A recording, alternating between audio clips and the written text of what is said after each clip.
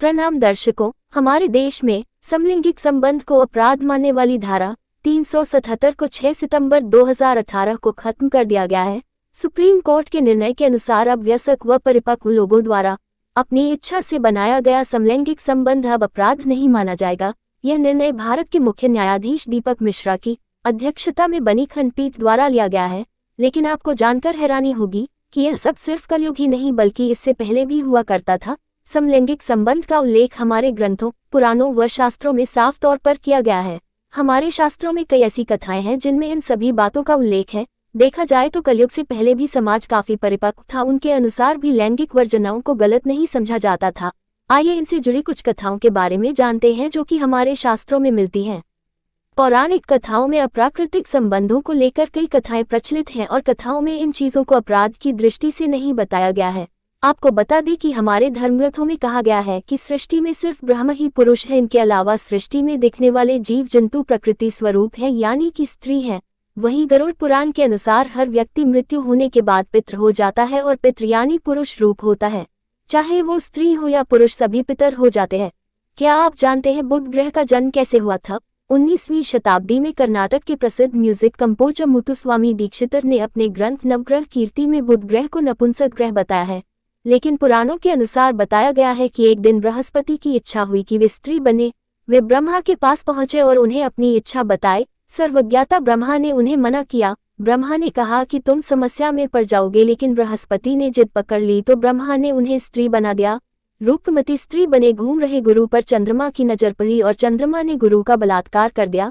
गुरु हैरान कि अब क्या किया जाए। वे ब्रह्मा के पास गए तो उन्होंने कहा कि अब तो तुम्हें 9 महीने तक स्त्री के ही रूप में रहना पड़ेगा।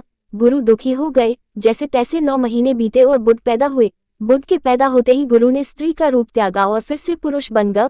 भगवान विष्णु और शिव के मिलन के उत्पन्न हुई यह देवत दक्षिण भारत के देवता अयप्पा के जन्म की कथा भी अद्भुत है। महिषी नाम की एक राक्षसी को भगवान विष्णु का वरदान प्राप्त था कि उसकी मृत्यु तभी हो सकती है जब भगवान शिव और विष्णु की संतान हो।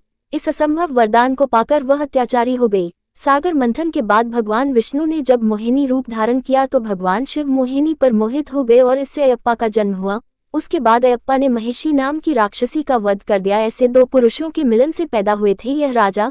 दरअसल इला अपने पुरुष रूप में इल नाम के राजा थे। वह भूलवश उस वन में चले जाते हैं जिसे माता पार्वती ने शाप दिया था कि जो भी पुरुष वन में आएगा वह स्त्री हो जाएगा। जब राजा इल से इला बन गए तब बुध व उन पर मोहित हो गए।